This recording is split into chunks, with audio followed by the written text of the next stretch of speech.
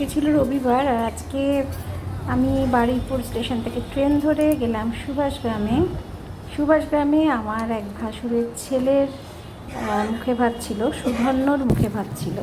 এই পরিবারটা এমন একটা পরিবার যে পরিবারের সবাই প্রফেসর। আমার ভাসুর রিটায়ার করেছেন। আমার ভাসুরের বউ মানে আমার যা, ও হচ্ছে জামতলা কলেজের প্রফেসর।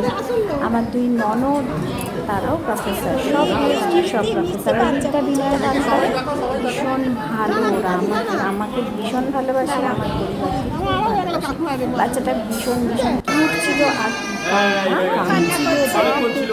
লোক দেখে আমার যাকে দেখো কি সুন্দর লাগছে। জামতলা কলেজের প্রফেসর তোমাকে লাগিয়ে বললাম।